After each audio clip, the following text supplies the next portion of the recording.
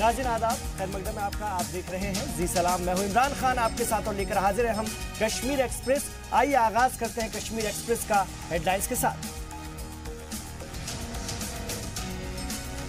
दौरे के तीसरे रोज दिनेश्वर शर्मा पहुंचे कश्मीर वैली। अनंतनाग और पुलवामा का किया दौरा। मुज़ाकरातकार ने की नौजवानों से मुलाकात। मुस्तकबिल में मुज़ाकरातकार दिनेश्वर शर्मा की हो सकती है हुर्रियत लीडरान से बातचीत। BJP general secretary Ashok Kaul ने दिया इशारा। हंदवाड़ा के करालगुंड में जारी है सर्च ऑपरेशन। 2 से 3 मिलिटेंट के छिपे होने का अंदेशा। अभी तक नहीं हुआ सिक्योरिटी फोर्सेस से सामना। श्रीनगर में कल्चरल प्रोग्राम के साथ शुरू हुई वैली वीकेंड फेस्टिवल की शुरुआत। मौसम सरमा के अख्ताम तक जारी रहेगा फेस्टिवल। शनिचर और इतवार को मुख्तलिफ नौयत के कल्चरल प्रोग्राम का इनेकाद। और आर्मी की दावत पर हिंदुस्तान टीम के साबिक कप्तान महेंद्र सिंह धोनी पहुंचे वादी। लेफ्टिनेंट कर्नल धोनी ने दिया चिनार क्रिकेट प्रीमियर लीग के चैंपियंस को विनिंग ट्रॉफी। आप देख रहे हैं कश्मीर एक्सप्रेस। जम्मू कश्मीर के दौरे पर आए मुज़ाकरातकार दिनेश्वर शर्मा आज दौरे के तीसरे दिन वादी कश्मीर पहुंचे। पुलवामा में उनकी आमद से कबल सिक्योरिटी के सख्त इंतजाम किए गए थे। श्रीनगर से पुलवामा पहुंचा दिनेश्वर शर्मा का काफिला सीधे सर्किट हाउस पहुंचा और एहतियात के तौर पर मकामी इलाकों से गुजरने वाले लोगों को शिनाख्ती कार्ड और डिटेक्टर टेस्ट के बाद ही गुजरने की इजाजत दी गई। मीडिया की आमदोरफ्त भी महदूद रही। सिक्योरिटी इंतजामात के सबब लोगों को दिक्कतों का भी सामना करना पड़ा। तो दिनेश्वर शर्मा पहुंच चुके हैं जम्मू से वैली कश्मीर और वहां पर वो अपने दौरे के तीसरे रोज पहुंचे हैं और कई तंजीमों से उनकी मुलाकात का प्रोग्राम है। हमारा पेशेंट है, हमारा उसका ऑपरेशन करवाना था, उसी के लिए आए थे हम।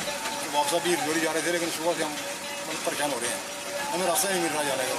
अभी है ना रास्ता बंद आगे से आर्मी वाले CRP वाले बोल रहे हैं कि रास्ता बंद आ गया, अभी आगे अलाउड ही नहीं जाएगा। तो हम आगे देखो हमने पीर पंजाल से निकलना है, आगे रास्ता भी उधर कोहरा पड़ा होगा, रात को परेशानी बनेगी। उधर बीजेपी के जनरल सेक्रेटरी अशोक कौल ने हुर्रियत लीडरान से बातचीत की, हिमायत की है। पार्टी ऑफिस में मन की बात प्रोग्राम सुनने के बाद सहाफियों से बात करते हुए अशोक कौल ने कहा कि पार्टी रियासत में अमन और अमान कायम करने के लिए सभी इकदामात उठाने को तैयार है। उन्होंने कहा कि मुज़ाकरातकार दिनेश्वर शर्मा को मरकजी हुकूमत की पूरी हिमायत और एतमाद हासिल है। उन्होंने वाज़ेह किया कि दिनेश्वर शर्मा को यह अख्तियार है कि वो हुर्रियत समेत किसी से भी बात कर सकते हैं।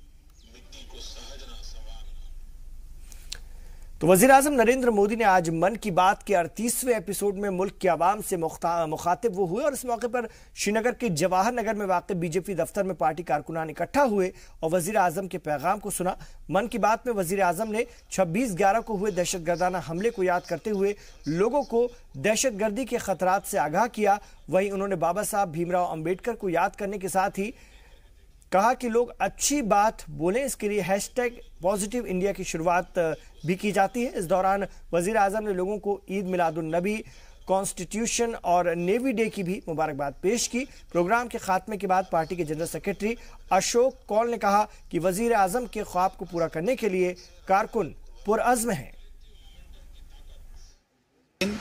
प्रधानमंत्री जी मन की बात में देश को, देश के नौजवान को, देश के युवक को, देश के आदमी को किस ओर ले जाना चाहते हैं इसकी बात करते हैं। आपने देखा होगा आज की मन की बात में आगे जो 15-20 दिनों में बहुत बड़े इवेंट है हमारे देश के, उनके बारे में उन्होंने सबको याद कराया।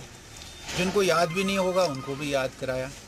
जैसे उन्होंने आज कॉन्स्टिट्यूशन डे है, इसके बारे में उन्होंने बताया। फिर उन्होंने नेवी डे के बारे में बताया। फिर उसने आर्मी डे के बारे में बताया। उन्होंने सब लोग देशवासियों को आज ईद मिलादुल नबी की भी शुभकामनाएं दी हैं। ये भी बहुत बड़ी बात है। जम्मू कश्मीर के शुमाली इलाके में वाक़े हंदवाड़ा के करालगुंड में आर्मी, एसओजी और जम्मू कश्मीर पुलिस का ज्वाइंट ऑपरेशन जारी है। शनिचर शाम से जारी इस ऑपरेशन को 16 घंटे से ज्यादा का वक्त हो चुका है। अफसरान के मुताबिक इलाके में मिलिटेंट्स की मौजूदगी की खबर के बाद फौज, एसओजी और जम्मू कश्मीर पुलिस ने मुश्तरका कॉर्डन और सर्च ऑपरेशन शुरू किया, जो मुसलसल 16 घंटों से जारी है। इलाके में 2-3 मिलिटेंटों के छिपे होने का खदशा है। तो सर्च ऑपरेशन जारी है, लेकिन अभी तक जाए वकूअ से एनकाउंटर की खबर नहीं है। एसएसपी हंदवाड़ा गुलाम जिलानी वानी के मुताबिक आखिरी खबर मिलने तक मिलिटेंट्स ने पुलिस फोर्स का सामना नहीं किया। इसकी वजह से तसादुम के इक़दामात नहीं पैदा हुए। और मिलिटेंटों ने गुज़िश्ता रात एक मकामी कांग्रेस लीडर इम्तियाज पैरी के घर पर हमला भी कर दिया। जिला कांग्रेस कमेटी के सदर इम्तियाज पैरी गुज़िश्ता असेंबली इंतखाबात में पार्टी की जानिब से उम्मीदवार भी थे। इम्तियाज के वालिद कूका पैरी सोनवारी से रुकने असेंबली रह चुके हैं। घर वालों के मुताबिक देर रात हाजीन पैरी मोहल्ले में वाक़ उनके घर पर मिलिटेंटों ने सैकड़ों राउंड फायरिंग की। हालांकि इस हमले में घर के किसी फर्द को नुकसान नहीं पहुंचा है और सभी महफूज हैं। घर पर हुए हमले को कांग्रेस लीडर ने बुज़दिलाना कार्रवाई बताया है। उन्होंने कहा है कि हुकूमत को अहले खाना और उनकी हिफाजत की जिम्मेदारी को यकीनी बनाना चाहिए। अनफॉर्चुनेट, और मैं ये कहूँगा कि अच्छे दिन हासिल करने के लिए ज़िंदगी के बदतरीन दिनों से लड़ना पड़ता है, और हमारी ज़िंदगी का एक बदतरीन दिन ये भी एक है। उनकी जिम्मेदारी, इखलाकी जिम्मेदारी बनती है गवर्नमेंट को कि हमें सिक्योर करे, मेरी फैमिली को सिक्योर करे। आप खुद मान लेते हो कि यहाँ पे कैसे हालात है आज इनके अंदर, और आज आप देखिए कि मेरे घर पर भी अटैक हो गया है। नहीं, ऐसे हालात में कौन सिक्योर हो सकता है? मैंने कहा ना कि ज़िंदगी के अच्छे दिन हासिल करने के लिए बदतरीन दिनों से लड़ना पड़ता है हमें, और ये भी एक बदतरीन दिन है हमारे लिए। श्रीनगर के तारीखी शालीमार मुगल गार्डन में वैली वीकेंड फेस्टिवल का आगाज हो गया है। महकमा सयाहत की जानिब से मुनक्किद वैली वीकेंड फेस्टिवल का मकसद सयाहों को रियासत की जानिब रागिब करना है। ये फेस्टिवल मौसम सरमा के अख्ताम तक जारी रहेगा। फेस्टिवल के जरिए हफ्ते के हर शनिचर और इतवार को सयाहों को मकामी तहजीब और सकाफत से रूबरू होने का मौका मिलेगा, और इसके तहत कल्चरल, मौसीकी, शायरी और पेंटिंग के साथ साथ माउंटिंग, बाइकिंग, कनोइंग और रोइंग जैसे एडवेंचर स्पोर्ट्स मुकाबलों का भी एहतमाम किया जाएगा। सयाह कसीर तादाद में जम्मू कश्मीर आए। इस सिलसिले में गुज़िश्ता हफ्ते खास तौर से इस वीक को स्टार्ट करने का मकसद बनाया गया था। इसके अलावा महकमे की जानिब से जम्मू में हेरिटेज वीक मनाया जा रहा था। साथ ही गुलमर्ग, पहलगाम और भदरवा जैसे बालाई इलाकों में विंटर कार्निवल की भी जोर शोर से तैयारी चल रही है। आपको बता दें कि अमूमन मौसम खज़ा में सयाहों की आमद कम होती है। महकमा सयाहत इन प्रोग्रामों के जरिए एतमाद बहाली की भी कोशिश कर रहा है, ताकि लोगों को पता चले कि वादी के हालात पूरी तरह पुरअमन है और वो वादी के कुदरती मनाजिर और उनकी मेहमान नवाजी से पूरी तरह लुत्फानंदोज हो सकते हैं। एक मुबैना सहाफ़ी की जानिब से तौहीन रसूल और अजवाज़े मुतर्रह के खिलाफ नाजेबा तबसरा किए जाने पर मुल्क में गुस्से की लहर तेज होती जा रही है। जम्मू में शिया फ़िरक़े से ताल्लुक़ रखने वाले लोग और उनकी तंजीमों ने अजवाज़े मुतहर्रा और उनकी बेटी के खिलाफ तौहीन आमेज़ लफ्ज़ इस्तेमाल करने पर मुबैना सहाफ़ी की सख्त अल्फाज में मजम्मत की है। लोगों ने सहाफ़ी के खिलाफ कानूनी कार्रवाई का मुतालबा करते हुए कहा है कि सहाफ़ी मुल्क के फ़िरक़ावाराना माहौल को ख़राब करना चाहता है। मुज़ाहिरीन का कहना है कि सहाफ़ी का तर्ज अमल बताता है कि अजीम हस्तियों के मुतालिक उसका मुताला बेहद महदूद है। साखियों के खिलाफ जो उसने जनाब फातिमा ज़हरा सलामुल्लाह अलैहा के खिलाफ, जनाब मरियम के खिलाफ और जनाब ज़ौजाए प्रॉफिट के खिलाफ की हैं, उसी के प्रोटेस्ट में हमने ये प्रोटेस्ट रखा गया है। वो हमारा एहतजाज है कि उसके खिलाफ कानूनी कार्रवाई की जाए, उसको रिपोर्टिंग से बैन किया जाए और उसके साथ जो भी मुनासिब कानूनी कार्रवाई है वो की जाए, ताकि लोगों की जो रंज और दुख पहुंचा है लोगों को, वो उसका अजाला हो सके। काश के वो हिंदुस्तानी जो कल्चर है, हिंदुस्तानी जो धार्मिक लोग हैं, जो पढ़े लिखे दानिश्वर हैं, जो अजीम हस्तियां हैं, उनके ख्यालात का इजहार का मुताला कर लेता तो उसको ये जुर्रत ना होती।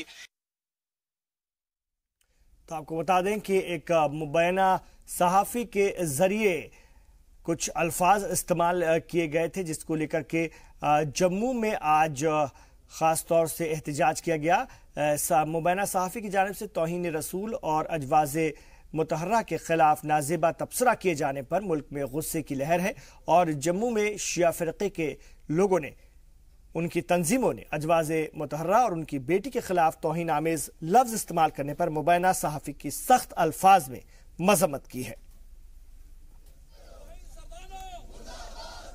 तो यह एहतजाज आप देख रहे हैं उस मुबैना सहाफ़ी के खिलाफ है जिसने पिछले दिनों खास तौर से हज़रत मोहम्मद मुस्तफ़ा सल्लल्लाहु अलैहि वसल्लम और उनके अजवाज़े मुतहर्रा और उनकी बेटी के खिलाफ तौहीन आमेज लफ्ज़ इस्तेमाल करने का एक कोशिश की थी। इस पर मुबैना सहाफ़ी की सख्त अल्फाज में मजम्मत की जा रही है। यार रुक एक छोटे से वक्फे के लिए लौट रहे हैं, आप देखते रहिए कश्मीर एक्सप्रेस।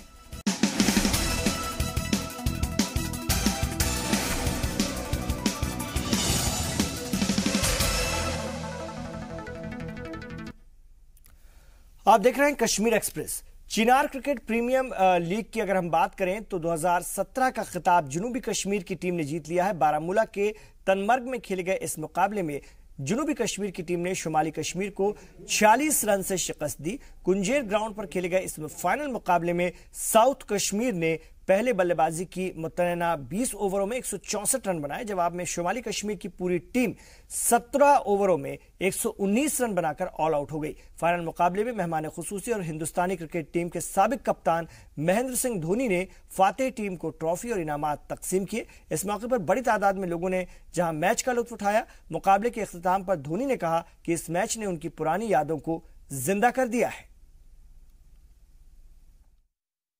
जहाँ तक धोनी साहब की बात है, यकीनन एक बहुत बड़ा स्टार जो हमारे यहाँ आ जाया कुछ। We are really honoured to have such kind of personality over here. और जहाँ आप बोलते आए हैं कि बहुत बड़े स्टार हैं और यहाँ के लोकल, जब आप आसपास देखेंगे तो बहुत सारे तमाशाई उनको देखने आए। क्रिकेट तो आज दूसरे नंबर पे आ गया। मैं तो कहूँगा कि आज धोनी को देखने आए लोग यहाँ। तो जनूबी कश्मीर ने जीती चिनार क्रिकेट प्रीमियर लीग और खास मेहमान थे महेंद्र सिंह धोनी। आपको बता दें कि इस मुकाबले में जनूबी कश्मीर बारामूला के तनमर्ग में ये प्रोग्राम हुआ था, ये मैच खेला गया था। इसमें जनूबी कश्मीर की टीम ने शुमाली कश्मीर को 46 रन से शिकस्त दी।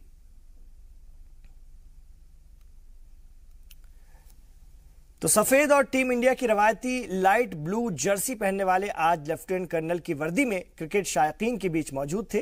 नौजवान खिलाड़ियों को उन्होंने क्रिकेट की बारीकियां समझाने के साथ साथ अपने क्रिकेट तजुर्बात उनसे शेयर भी किए। इस मौके पर उन्होंने मुख्तलिफ सवालों का जवाब भी दिया। पाकिस्तान के साथ क्रिकेट रिश्ते बहाल किए जाने को लेकर उन्होंने कहा कि हिंद पाक के रिश्तों को सिर्फ क्रिकेट के तनाजुर में नहीं देखा जा सकता। उन्होंने कहा कि अगर हुकूमत की इजाजत होगी तो टीम इंडिया जरूर मैच खेलेगी।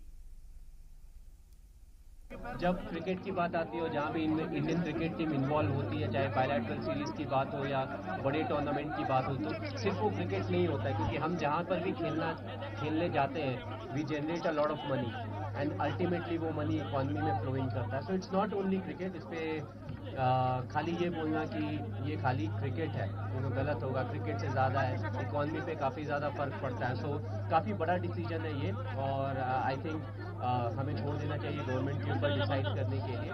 If they decide we go in they, अगर वो डिसाइड उनके फेवर में नहीं करते हैं then play some other series. मुकाबला अगर हम बात करें भेल फाइनल का हो, लेकिन शायकीन और मद्दाहों की नजर माही पर ही टिकी हुई थी। धोनी को अपने बीच पाकर के मकामी क्रिकेट शायकीन की खुशियों का अंदाजा नहीं लगाया जा सकता था। उनका कहना था कि माही टॉप पर हैं और क्रिकेट दूसरे नंबर पर। तो उनके फैंस महेंद्र सिंह धोनी के कश्मीर में उनके मद्दाहों की तादाद कम नहीं है और आज सिर्फ महेंद्र सिंह धोनी से मिलने, उनको देखने के लिए लोग बड़ी तादाद में पहुंचे थे। उनके मद्दा कह रहे थे कि आज क्रिकेट दूसरे नंबर पर है, पहले धोनी है और हम उनको देखने, उनसे मिलने आए हैं, उनसे रूबरू होने आए हैं, एक नज़र उनको देखने के लिए आए हैं। और कश्मीर वैली से बड़ी तादाद में लोग यहाँ पर पहुंचे थे, खासतौर से नौजवान। तो इससे समझा जा सकता है कि कितना जोश है अपने मुल्क के क्रिकेटर्स के लिए, वैली में भी, जम्मू कश्मीर में भी, और हिंदुस्तान की फतह, हिंदुस्तान को मैच में आगे बढ़ते देखना हर कोई चाहता है। कुदरती आफात के दौरान लोगों को बाहिफाजत महफूज निकालना मुश्किल तरीन लम्हा होता है और इन हालात से निपटने के लिए बांदीपोरा में एक रोजा तरबियती प्रोग्राम का इनेकाद किया गया। Jammu Kashmir association of social workers की जानिब से मुनक्किद इस प्रोग्राम का इफ्तिताह डीडीसी बांदीपोरा सज्जाद हुसैन ने किया। प्रोग्राम में बड़ी तादाद में नौजवानों ने शिरकत की। माहिरीन ने नौजवानों को आग, जलजले या सैलाब जैसे नागहानी सूरत हाल में फंसे लोगों को कैसे निकाला जाए इसकी जानकारी दी। माहिरीन ने बाकायदा प्रैक्टिकली तौर पर नौजवानों को रेस्क्यू ऑपरेशन की तफसीलात से आगाह किया। जिला इंतजामिया उन तरबियत याफ्ता नौजवानों की फहरिस्त तैयार कर रहा है जहां इस तरह की आफात आने के इम्कानात मौजूद हैं। इस प्रोग्राम में नौजवानों पर फोकस करने के मकसद को वाज़ेह करते हुए JKASW की प्रोजेक्ट कोऑर्डिनेटर अमरीन बख्शी ने कहा कि रेस्क्यू ऑपरेशन के दौरान नौजवान डिजास्टर मैनेजमेंट में अहम किरदार अदा कर सकते हैं। जब सर्च एंड रेस्क्यू पे ट्रेनिंग दी थी, मुल्क के सराउंडिंग में जितने भी 10 गाँव,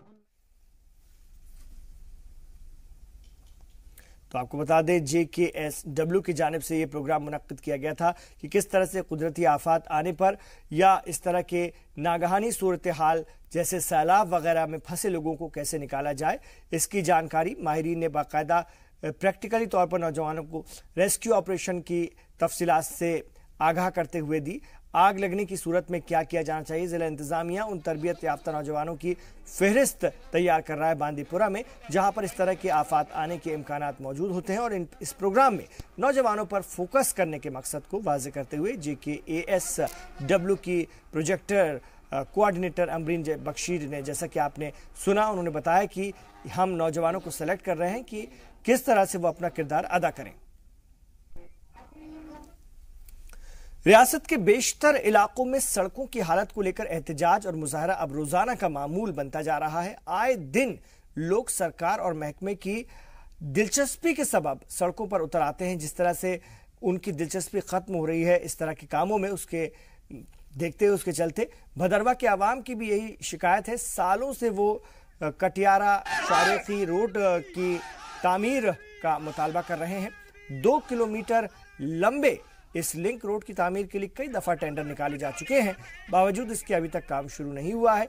इससे होने वाली परेशानी के सबब लोग इस हद तक नाराज हैं कि सब्र का पैमाना लबरेज होने की बात करने लगे हैं। लोगों ने चिनार मोहल्ला चौक पर इकट्ठा होकर काम में हो रही ताखीर पर अपने गुस्से का इजहार किया। मकामी लोगों ने पूरे शहर में एहतजाजी मार्च निकाला और घंटों तक भदरवा सरतेगल रोड को ब्लॉक कर दिया। मौके पर पहुंचे एग्जीक्यूटिव इंजीनियर ने लोगों को जल्द काम शुरू करने की यकीन दहानी कराई। उनका कहना है कि बजट न मिलने के सबब काम में ताखीर हो रही है। बहुत देराना मसला है हमारा, लेकिन आज हम मजबूर हो गए प्रोटेस्ट करने पे, क्योंकि 2 बार हमारी रोड के टेंडर निकल चुके हैं, 2 बार हमारी रोड के टेंडर निकल चुके हैं। न जाने किन सियासत की वजह से हमारे टेंडर को रोका जा रहा है, हमारी रोड को रोका जा रहा है। हमें किसी पार्टी से ताल्लुक नहीं है, कोई किसी के साथ नहीं, हमें लेना देना। सिर्फ गवर्नमेंट से हम रिक्वेस्ट करते हैं कि जो हमारी लिंक रोड शरेगी की है, ये शरेगी पहुंचनी चाहिए, ना कि सरदंगल में रुकनी चाहिए, या कटियाड़ा में रुकनी चाहिए, या भेजा में। हर जगह में इसको ब्रेक देते हैं। वहाँ से कटियाड़ा से 2-3 बार इसका टेंडर भी हो चुके हैं, आज भी अंडर टेंडर काम है ये। उधर तलबा ने नौजवानों में मंशियात इस्तेमाल की बढ़ती आदत के खिलाफ बेदारी मार्च निकाला। ड्रग अब्यूज के खिलाफ भदरवा यूनिवर्सिटी के तलबा और असातिज़ा ने शहर में मंशियात के बढ़ते कारोबार के खिलाफ एहतजाज करते हुए लोगों को इसके सबब होने वाले नुकसान से रोशनास कराया। वाज़ेह हो कि चंद दिनों कबल मंशियात के सबब एक नौजवान की मौत हो गई थी।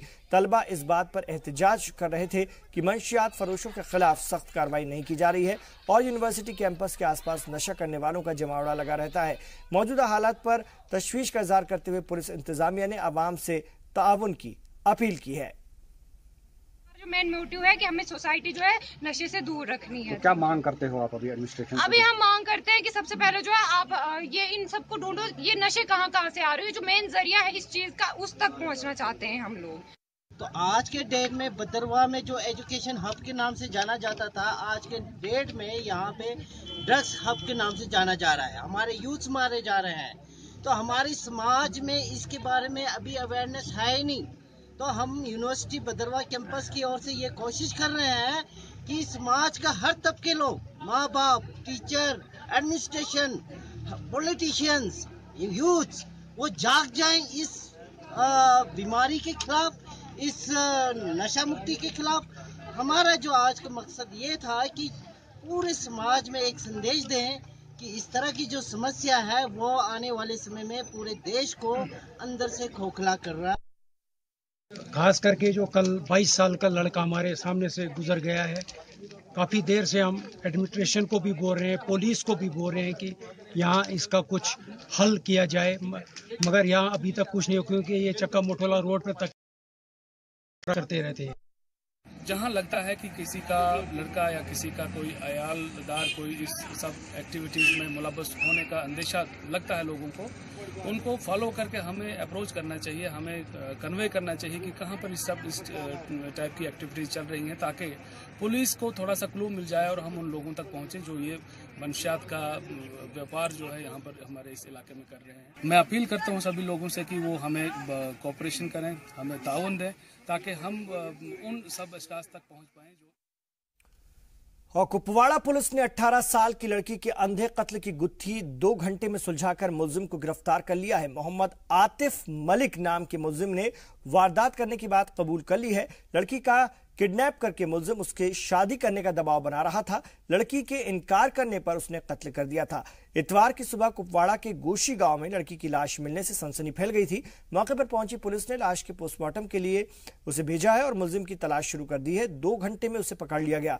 पुलिस को पोस्टमार्टम रिपोर्ट का इंतजार है, जिसके बाद और भी कई इंकशाफ हो सकते हैं। कल पुलिस स्टेशन कुपवाड़ा में एक इंफॉर्मेशन आई थी कि टीनेज लड़की गुशी की रहने वाली है और उस बाजार मार्केट में कुपवाड़ा में आई थी, वहां से मिसिंग है।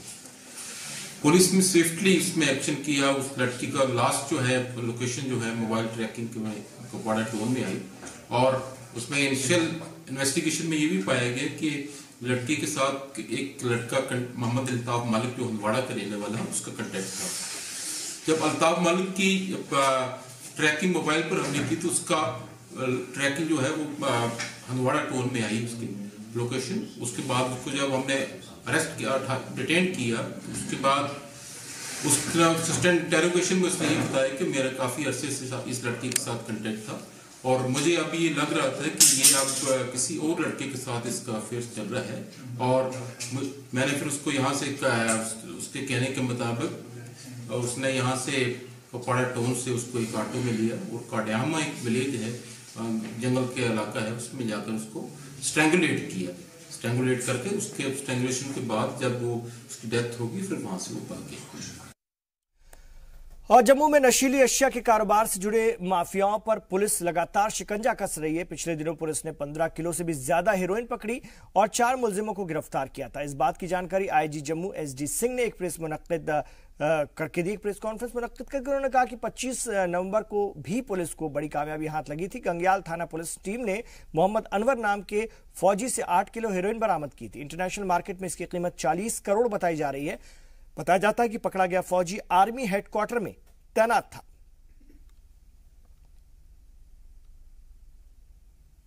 15 किलो और 200 ग्राम 300 ग्राम जो हेरोइन रिकवर की थी। इसके साथ ही इसी कड़ी में हमने कल एक और बड़ी सफलता मिली हमें, जब हमने 8 किलोग्राम जो हेरोइन थी, अच्छी क्वालिटी की हेरोइन और पकड़ी। और उसमें एक व्यक्ति जो था मोहम्मद अनवर सन ऑफ मोहम्मद मिश्री, रेजिडेंट ऑफ लाम नौशहरा, उसको पकड़ा गया, जो कि क्लेम करता है वो आर्मी जैकलाई 17 का फौजी है। उधमपुर में जिला भारतीय जनता युवा मोर्चा की जानिब से डिस्ट्रिक्ट ऑफिस में सहमाई वर्किंग रिव्यू मीटिंग मुनक्किद की गई। इस मीटिंग में जिले के 13 मंडल के कारकुनान ने हिस्सा लिया। बैठक में अलग अलग कामों पर गुफ्तगू भी की गई। इस मौके पर बातचीत की गई कि मरकजी हुकूमत के जरिए जो स्कीम चलाई जा रही हैं उसका लोगों को कैसे फायदा पहुंचे। मीटिंग में मेहमान खुसूसी के तौर पर भारतीय जनता युवा मोर्चा के रियासती सदर सुरेश अजय मंगोत्रा शामिल थे। साथ ही रियासत के सेक्रेटरी पवन खजूरिया और बड़ी तादाद में पार्टी कारकुनान भी शामिल हुए। जिस तरह से हमारी पार्टी की कार्यकारिणी रहती है, एग्जीक्यूटिव कमेटी की मीटिंग होती है, ऐसे ही पूरे प्रदेश भर के अंदर भारतीय जनता युवा मोर्चा की भी जो जिला इकाइयाँ हैं उनके अंदर इस तरह की कार्यकारिणी बैठक होती है। इस बार युवा मोर्चा ने दूसरी बार हमने ये तय किया कि पूरे प्रदेश के अंदर एक ही दिन में हर जिला पर कार्यकारिणी करेंगे। आज पूरे प्रदेश के अंदर हमारी हर जिला में कार्यकारिणी हो रही है। इसमें मैं स्वयं उधमपुर की इस कार्यकारिणी में अध्यक्ष होने के नाते यहाँ आया हूँ। 3 दिसंबर को पूरे प्रदेश के अंदर हर मंडल स्तर पर जहाँ हमारे मंडल यूनिट हैं वहाँ पर एक दिन में कार्यकारिणी होगी। कुल मिला के भारतीय जनता पार्टी के जो कार्यकर्ता हैं, खासकर युवा मोर्चा के जो कार्यकर्ता हैं, इस तरह की गतिविधियों के अंदर एक लीडरशिप क्वालिटी उनके अंदर डेवलप होती है। एक छोटा सा वक्फा, लौट रहे हैं जम्मू कश्मीर की और खबरों के साथ। आप देखते रहिए कश्मीर एक्सप्रेस।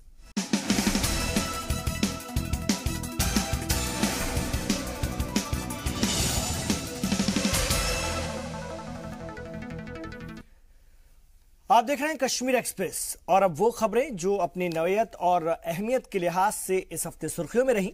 हफ्ते की शुरुआत में सिक्योरिटी फोर्सेज ने मिलिटेंसी की कमर तोड़ते हुए मुख्तलिफ एनकाउंटर के दौरान 6 मिलिटेंटों को मार गिराया। लेकिन रियासत की सबसे बड़ी खबर रही मरकज की जानिब से तकर्रूर किए गए मुज़ाकरातकार दिनेश्वर शर्मा की आमद। दिनेश्वर शर्मा अभी भी रियासत में है। गुज़िश्ता हफ्ते 2 दिन उन्होंने जम्मू में गुजारे और इस दौरान कई वफूद से, उनके नुमाइंदों से उन्होंने मुलाकात की। मुज़ाकरातकार के तौर पर तकर्रूरी के बाद दिनेश्वर शर्मा दूसरी दफा जम्मू पहुंचे। दौरे का पहला दिन उनके लिए मसरूफियत भरा रहा। गवर्नर से मुलाकात के दौरान उन्होंने सियासी सूरत हाल और दूसरे मामलात पर चर्चा की। तो वजीर आला को उन्होंने क़याम के दौरान अपने शेड्यूल की जानकारी दी। साबिक IB ऑफिसर के दौरे से कबल जिस तरह हुकूमत की जानिब से संगबारी में मुलव्वस नौजवानों को आम माफी देने का ऐलान किया गया, उसके पेश नजर इस दौरे की सियासी अहमियत काफी बढ़ गई है। इस सवाल पर कि क्या नौजवानों के तर्ज पर हुकूमत सियासी कैदियों की रिहाई पर भी गौर कर सकती है, दिनेश्वर शर्मा ने इन इम्कानात को सिरे से मुस्तरद कर दिया। फारूक ने कहा है कि एक तरफ पत्थरबाजों को छोड़ने की बात सामने आ रही है, वहीं दूसरी तरफ जो है वो पत्थरबाजों को PSA में बुक किया जा रहा है। अनंतनाग में एक लड़के को PSA में बुक किया गया। क्या कहेंगे सर आप इसमें? मुझसे क्या पूछते हैं? उन्होंने पत्थरबाजों को आम माफी दिए जाने के मुद्दे पर सियासी पार्टियों की तनकीद के सवाल पर जवाब देने से इनकार कर दिया। दिनेश्वर शर्मा ने जुमे को कश्मीरी पंडितों की मुख्तलिफ वफूद से भी मुलाकात की। इस दौरान बीजेपी मेंबरान से पहले मिलने पर वफूद ने एहतजाज भी किया। मुलाकात के दौरान कश्मीरी पंडितों के वफूद ने वादी में वापसी, बकाया मुआवजे की अदायगी, नौजवानों को रोजगार और बाज आबादकारी समेत मुख्तलिफ मामलात को मुज़ाकरातकार के सामने रखा। बाज वफूद ने बीजेपी हुकूमत से अपनी नाराजगी जाहिर की तो कुछ ने क़याम अमन के लिए तजवीज भी पेश की। कॉन्फिडेंस बिल्डिंग मेजर्स थे, मसलन टेम्पल बिल है, टेम्पल बिल पास नहीं हो पाया है और उसका एक मतलब ये है कि कश्मीर का समाज जो है, कश्मीर में जो रह रहे लोग वो चाहते हैं कि कश्मीरी पंडित वापस आएं। वो एक इशारा जाएगा अगर टेम्पल बिल पास हो। हम चाहते हैं कि हम कश्मीर में बसेंगे, लेकिन सरकार है नाअहल सरकार है ये, जिसने इस पर कोई बात भी नहीं हमारे साथ आज तक की है कि अभी वहाँ पर हालात साजगार नहीं है। तो जब भी जो बाकी जितनी भी फैसिलिटी है वो हम आपको यहाँ से प्रोवाइड करेंगे।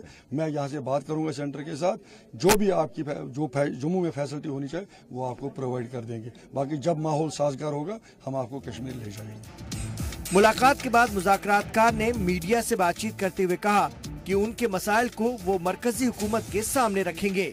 पहले दिन के क़याम के दौरान मुज़ाकरात पर ये बात वाज़ेह हो गई कि कश्मीरी पंडित अपने आबाई वतन लौटना चाहते हैं।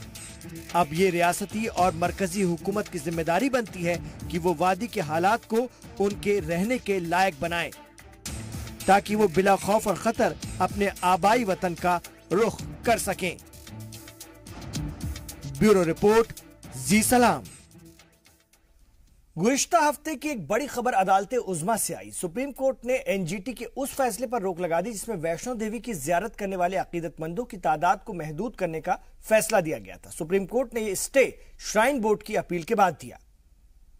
नेशनल ग्रीन ट्रिब्यूनल के वैष्णो देवी में पैदल मुसाफिरों और बैटरी कारों के लिए नए रास्तों को खोलने की हिदायत पर फिलहाल सुप्रीम कोर्ट ने स्टे लगा दिया है। जस्टिस एमबी लोकुर और दीपक गुप्ता के बेंच ने ये ऑर्डर पास किया है। श्री माता वैष्णो देवी श्राइन बोर्ड ने कोर्ट से इस बारे में अपील की थी और कहा कि एनजीटी ने 24 नवंबर तक नए रास्ते को खोलने की हिदायत जारी की है, जो कि मुमकिन नहीं है। वाज़ेह रहे कि वैष्णो देवी श्राइन बोर्ड ने सुप्रीम कोर्ट से नेशनल ग्रीन ट्रिब्यूनल के अहकामात पर पाबंदी आयद करने का मुतालबा किया था, जिसमें एनजीटी ने एक दिन में सिर्फ 50,000 अकीदतमंदों को ही दर्शन करने का हुक्म दिया था।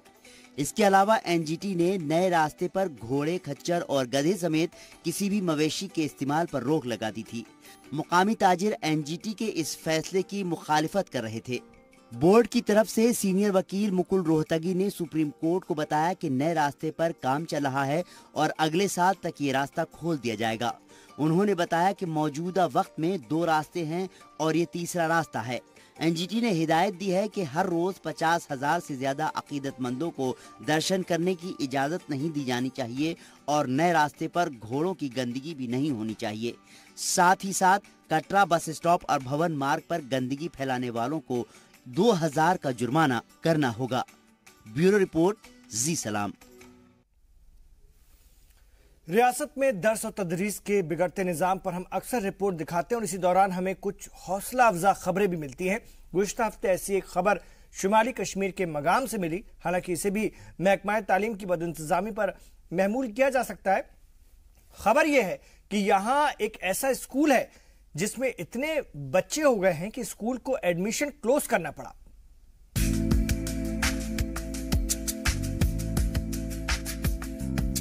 बारामूला जिले का मंगाम सरकारी स्कूल यूं तो दूसरे सरकारी स्कूल की ही तरह है, लेकिन यहाँ के फिजिकल एजुकेशन टीचर ने हाल के दिनों में स्कूल की सूरत बदल दी है।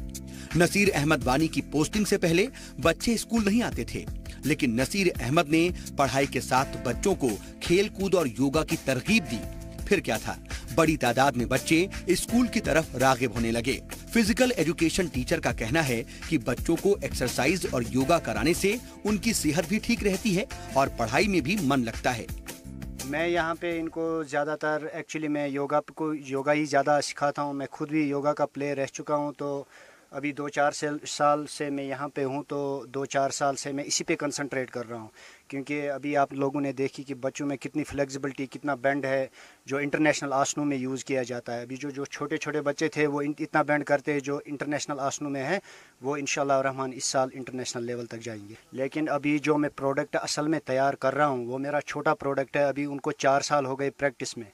इंशाल्लाह जब इस साल जाएंगे बच्चे तो मुझे उम्मीद है कि शायद वो 3 बच्चे जो मैंने नए तैयार किए उनको 5 साल की प्रैक्टिस है, वो इंशाल्लाह इस साल इंटरनेशनल तक जाएंगे।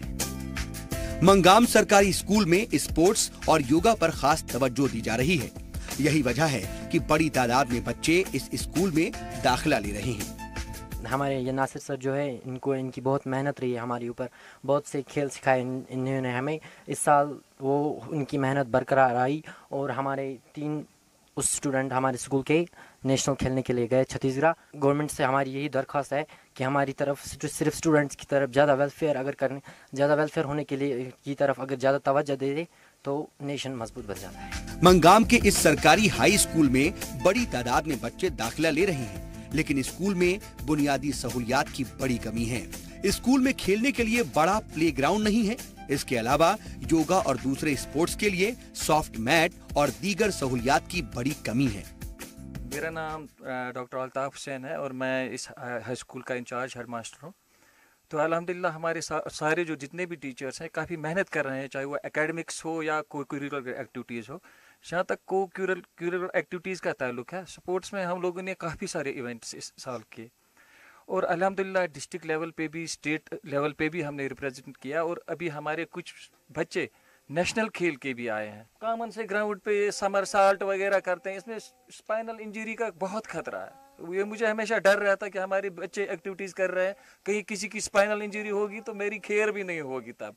तो इसलिए मैं चाह रहा हूँ कि इस चैनल के थ्रू अपने हायर अप से कि थोड़ा सा हमें मदद चाहिए। इस स्कूल के असातिज़ा और बच्चों को उम्मीद है कि हुकूमत इस तरफ तवज्जो देगी और स्कूल के बच्चों की तादाद को देखते हुए जल्द अज जल्द फंड मुहैया कराएगी ताकि इस स्कूल के बच्चे रियासत और मुल्क का नाम रोशन कर सकें। ब्यूरो रिपोर्ट, जी सलाम।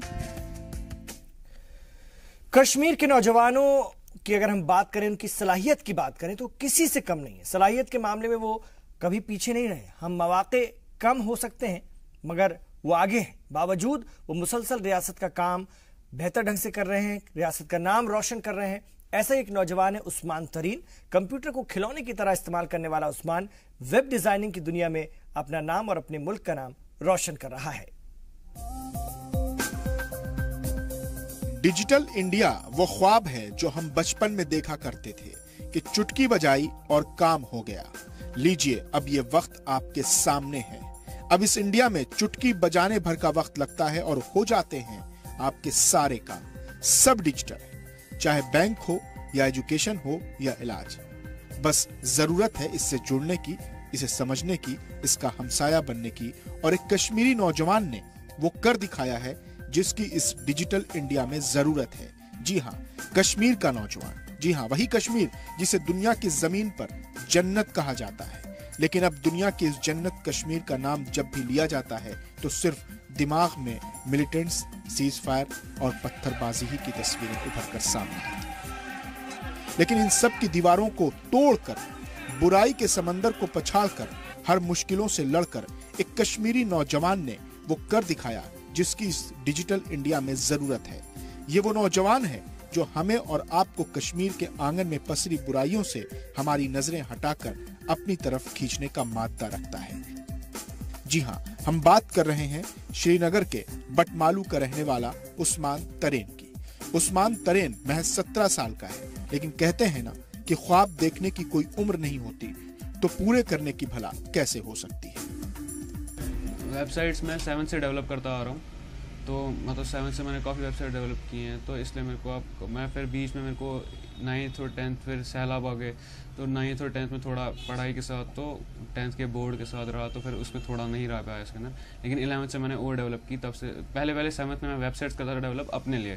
For example gaming websites, APK डालता था गेम्स के उसके ऊपर, तो उसके लिए। लेकिन फिर इस 11th से मैंने मतलब एक टाइप का प्रोफेशनल डेवलप करना शुरू की, कंपनीज़ के लिए डेवलप करा था। फॉर एग्जांपल एक कंपनी थी यहाँ पर, एक न्यूज़ एजेंसी है, उनके लिए वेबसाइट डेवलप की है और ऐप भी डेवलप किए है। द वॉइस ऑफ उम्मा उनका नाम है, तो उनके लिए किए। और भी काफ़ी इनके लिए डेंटल क्लिनिक्स के लिए किए हैं। ये बाकी वेबसाइट्स ना लोग स्टार्टअप्स के लिए किए हैं वेबसाइट डेवलप। ख्वाब को हकीकत बनाने के लिए खुद से ज्यादा यकीन करने की जरूरत है, और तब लिखा जाता है तारीख में आपका नाम। खुद को खोकर पाई जाती है कामयाबी। उस्मान तरेन ने भी अपना बचपन खोकर अपने हुनर को अपना खिलौना बनाया था। जब उस्मान 7वीं क्लास में थे तब उन्होंने वेबसाइट डेवलप करने का काम शुरू किया था। उस्मान का कहना है कि उसे मोहब्बत है वेबसाइट बनाने से। उसके खिलौने ये ऐप्स के सॉफ्टवेयर हैं। अब तक उस्मान ने कई वेबसाइट बनाई है। उसने Kashmir news file, legal drug finder, craft world जैसी कई वेबसाइट्स और ऐप्स बनाए हैं। कश्मीर के इस नौजवान की मेहनत और लगन को देखते हुए दोस्तों ने उस्मान के साथ जुड़ने का फैसला किया है, जिसके चलते उस्मान ने एक टीम बनाई जो डिजिटल इंडिया को बढ़ावा दे रहे हैं। अब उस्मान इंजीनियरिंग कर रहा है और सॉफ्टवेयर इंजीनियर का ख्वाब आंखों में सजाए उस्मान का कहना है कि ड्रग फाइंडर ऐप के जरिए वो लोगों में ड्रग्स के खिलाफ बेदारी लाना चाहता है। उनका ख्वाब है कि कश्मीर के नौजवानों के साथ वो पूरे कश्मीर को डिजिटल हब बनाए। मतलब हमारा एम है कि कश्मीर डिजिटल हो जाए, तो ज़्यादातर जो हमारे प्रोजेक्ट्स हैं वो हमारा एम और एम्बिशन एक ही रहा है कि कश्मीर को आगे ले जाए, कश्मीर को रिप्रेजेंट करना। फॉर एग्जांपल हमने सोशल नेटवर्क बनाया था कश्मीर के नाम कश्मीर वेब। तो हमने सोचा था जैसे फेसबुक पॉपुलर है तो उसका मार्क जुकरबर्ग कहाँ फाउंडर था, मतलब दूसरी स्टेट, दूसरी कंट्री आउट ऑफ इस कंट्री इंडिया से बाहर था, तो हमारा भी, लेकिन उसका नाम है तो कश्मीर का भी नाम होना चाहिए जगह, न कि इसकी ब्यूटी से जाना जाए बल्कि इसकी टेक्नोलॉजी से, यहाँ के टैलेंट से भी जाना जाए। हाँ, बच्चों को आना चाहिए कि इसमें कि क्योंकि ये ऐसा काम है जिसमें एक तो इसको करने में बहुत ही मज़ा आता है। अगर कोई इसमें एक बार आए वो नहीं बोलेगा कि मैं यहाँ से वापस जाना चाहूँगा। और अगर कोई ऐसा बच्चा होगा कि जो कहेगा कि मुझे ये काम बहुत अच्छा लगता है, हम बहुत खुश होंगे कि हम उसको सिखाए और वो हमारी कंपनी भी ज्वाइन कर सकता है। असल कश्मीर यही है, हुनर से भरपूर। यहाँ हुनर की कमी नहीं है, बस जरूरत है रहबर की जो इन्हें राह दिखा सके। सही राह और कश्मीर के नौजवानों को समझने की जरूरत है। उन्हें कलम की जरूरत है, न किसी और चीजों की। तालीम की दौलत दुनिया की हर दौलत से बेहतर है क्योंकि वो जीना सिखाती है। ब्यूरो रिपोर्ट, जी सलाम। और उमूमी तौर पर रियासत में तालीमी निज़ाम की हालत तशवीशनाक है। मुसलसल आवाज उठाने के बावजूद महकमा तालीम ख्वाब गफलत में पड़ा हुआ है। स्कूल, तलबा और असातिज़ा सभी बेहतरी की उम्मीद लगाए बैठे हैं, लेकिन इनके मसाइल को हल करने वाला कोई नहीं नजर आता।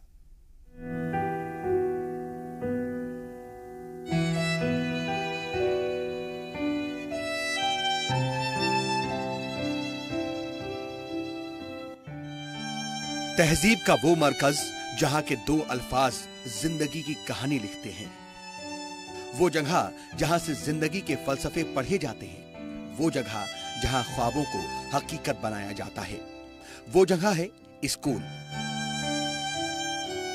स्कूल तालीम का वो इदारा है जो उड़ना सिखाता है। स्कूल वो जगह है जो भीड़ में चलना सिखाता है। ये वो तालीम का घर है जहां पढ़कर हम समाज में कंधे से कंधा मिलाकर खड़े हो पाते हैं। लेकिन अफसोस, मुल्क के रहनुमाओं ने इसे कुछ और ही समझ रखा है। जब तालीमी मरकज बनाना जरूरी नहीं, मजबूरी समझा जाए, तो समझ जाइए कि हम किस ओर बढ़ रहे हैं। मुल्क की तारीख लिखने के लिए कलम की जरूरत होती है साहब। कलम से लिखने के लिए अल्फाजों का जखीरा देता है यही स्कूल, जिसकी तरफ गौर देना आपके लिए महज एक वादे की तरह है। वो वादा जो सिर्फ जुबान से दोहराने के लिए है, ना कि जमीनी सतह पर पूरा करने के लिए। जम्मू कश्मीर रियासत का एक जिला पुंछ, जिसके पास मौजूद है बालाकोट का हसनाल गांव। यहां भी तालीमी शोबों में सुधार और तरक्की के लिए बड़े बड़े वादे किए गए थे। यहां भी सहूलियात देने का वादा रियासत के साथ मरकज ने भी किया था, लेकिन इनके वादों ने भी जमीन पर दम तोड़ दिया। इनके वादे जमीनी सतहों पर मुर्दे साबित हुए। यहाँ देखिए साहब, सिर्फ वादों की कब्र नजर आएगी, लेकिन स्कूल नहीं। पाक गोलीबारी में जख्मी हुए इस स्कूल की हालत देखिए जरा। अपने जख्मों को छुपाने में नाकामयाब रहा है ये स्कूल। साहब ने तो स्कूल के जख्मों पर मरहम लगाना भी जरूरी नहीं समझा, लेकिन फिर भी गरीब घरों से आए इन बच्चों की आप ही एक उम्मीद है, जो इनके रोशन होने वाली जिंदगी को अंधेरे में गिरने से बचा लेंगे। ये इस उम्मीद में बैठे हैं कि आप बचा लेंगे।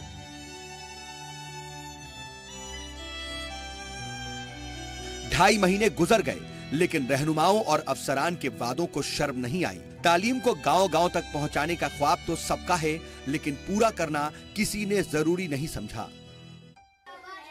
एलओसी पर मौजूद हसनाल का ये प्राइमरी स्कूल रो रहा है अपनी हालत पर, दे रहा है अपने जख्मों की दुहाई, कह रहा है हाकिमों से कि गोलियों के जख्म अब बर्दाश्त नहीं होते। मरम्मत को तरसता ये स्कूल बच्चों तक की दुहाई दे रहा है। शायद ये स्कूल वादों को हकीकत समझ बैठा है। बच्चे जर्जर स्कूल में पढ़ने को मजबूर हैं। टीचर्स को डर सता रहा है कि सर्दी और बरसात में बच्चों को तालीम से महरूम ना रहना पड़े। सरहद पर मौजूद इस स्कूल की छत, दीवार और खिड़कियां गवाह हैं उन जख्मों की जो उन्हें पाक गोलीबारी से मिले हैं।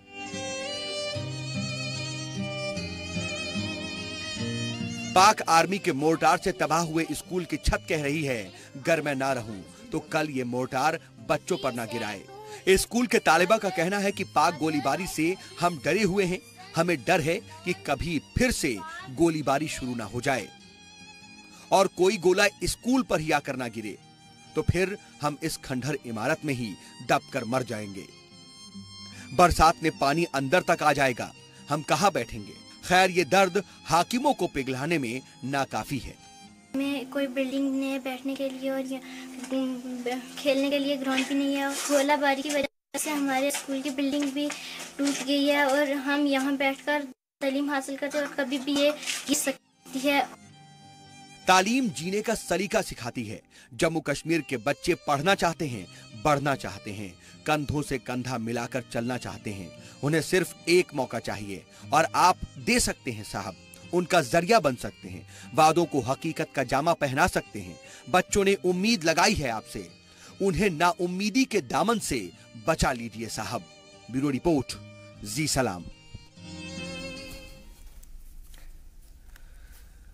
कुछ खबरें आंख खोलने वाली भी होती हैं, उनमें हैरानी और परेशानी दोनों का उनसूर होता है। ऐसी एक खबर भदरवा से आई जहां आज भी सफाई मुलाजमीन को हाथों से गलाजत को उठाना पड़ता है। कानूनी पाबंदियों के आयद होने के बावजूद रियासत की वाटल कम्युनिटी से जबरन ये काम कराया जाता है और ताज्जुब की बात यह है कि ये कम्युनिटी SC या ST फहरिस्त में शामिल भी नहीं है।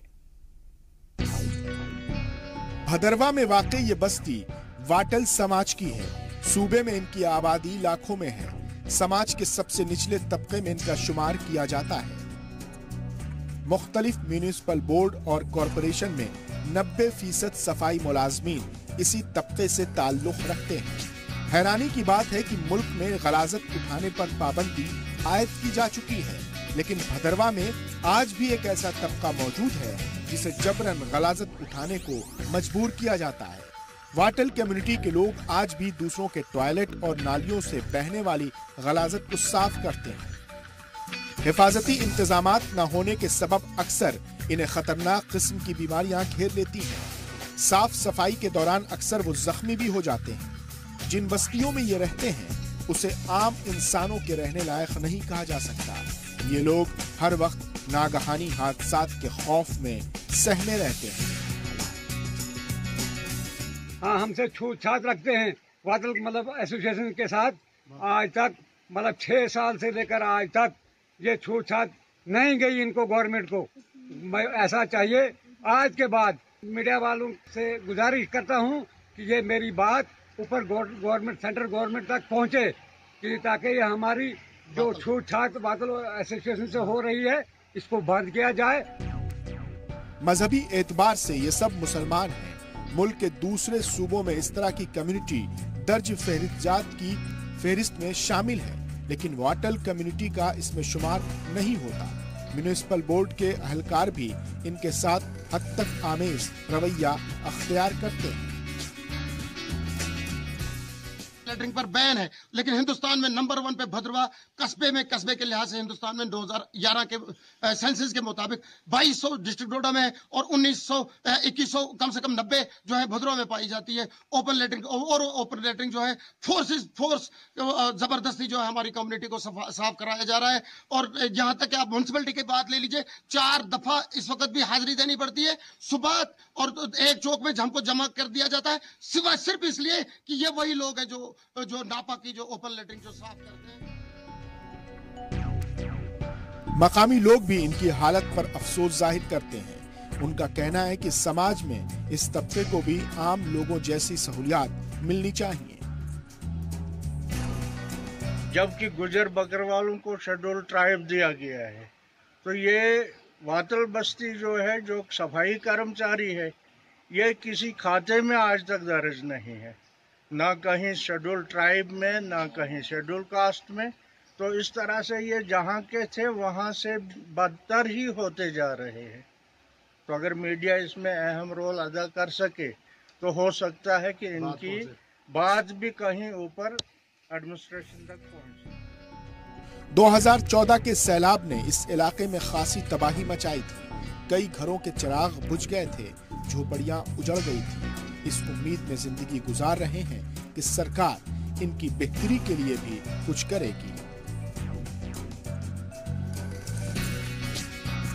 रहबर जमाल, भदरवा, जी सलाम।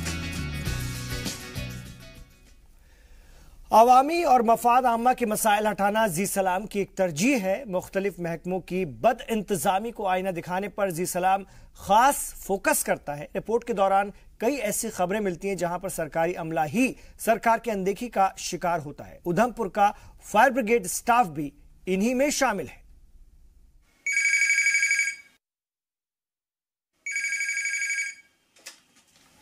हेलो, फायर कंट्रोल नो पर सर, नमस्कार।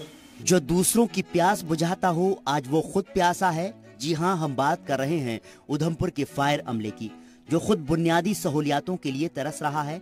फायर अमला हमेशा से ही हसास महकमा कहा जाता है, आने वाली आफत से निपटने के लिए तैयार रहता है।